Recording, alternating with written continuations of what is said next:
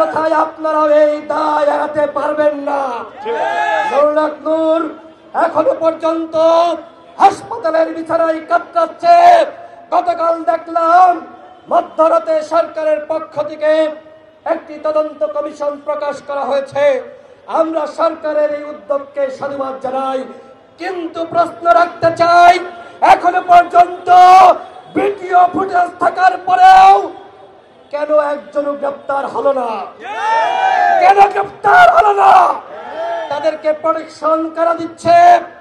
এই স্বরাষ্ট্র উপদেষ্টার অনুমতি ছাড়া, নির্দেশ ছাড়া নুরুল নূরের উপর হামলা হয় নাই।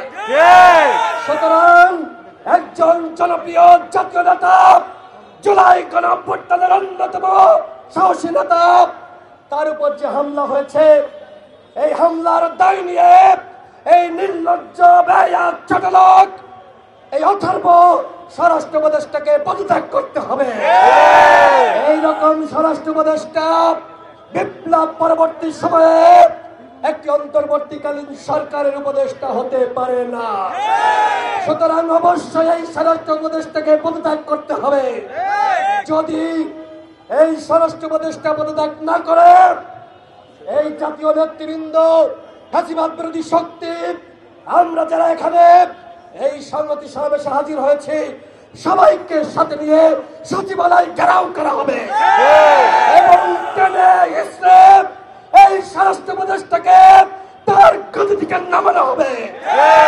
আমার সর্বশেষ কথা, আমরা পুরো সেনাবাহিনী এবং পুলিশ বাহিনীকে দোষারোপ করছি না, কিন্তু সাংবাদিক সম্মেলন চলা অবস্থায় যারা আমাদের উপর হামলা করেছে, তারা কোনোভাবেই সেনাবাহিনী এবং পুলিশ বাহিনীর সদস্য হতে পারে না। তারা দোষর। অন্যথায় নুরুল নূর সহ আমরা যারা কথা বলছিলাম, এই অবস্থায় আমাদের উপর হামলা করার কথা নয়।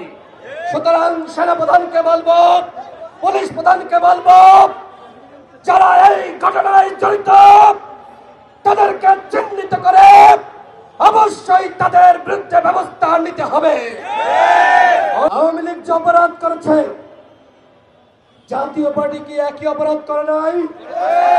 সাবেক প্রধানমন্ত্রী বেগম খালেদা জিয়া তার বাথরুমে সিসিটিভি ক্যামেরা লাগানোর কথা বলেছিল, সেই মশিউর রহমান রাঙ্গা, ওর পাতা লাল করে দিতে হবে। ও এখন কোথায় আছে?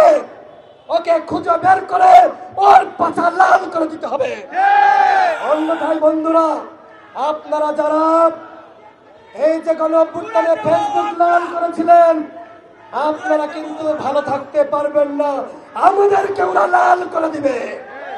ইতিমধ্যে ভারত একটি চক্রান্ত ষড়যন্ত্র শুরু করেছে, আবারও জাতীয় পার্টিকে বিরোধী দল বানাবে। মুখের কথা, ভারত তুমি মানবাধিকার রপ্তার পাইছ, এই বাংলাদেশে কে সরকারি দল হবে আর কে বিরোধী দল হবে, সেই সিদ্ধান্ত নিবে বাংলাদেশের জনগণ। বাংলাদেশের রাজনীতি নিয়ে ভারতকে আর নাক গলানোর সুযোগ দেওয়া হবে না। বাংলাদেশের রাজনীতি কোথায় যাবে, আমাদের দেশ কোথায় যাবে, সেই সিদ্ধান্ত নিব আমরা যারা এখানে আজকে সমবেত হয়েছি। এই ফ্যাসিবাদ বিরোধী শক্তি আওয়ামী লীগ যে পথে গেছে, জাপাকেও সেই পথে দিল্লিতে পাঠাতে হবে। হয়েছে এই হামলার সাথে সেনাবাহিনী এবং পুলিশের যে সকল সদস্যরা জড়িত,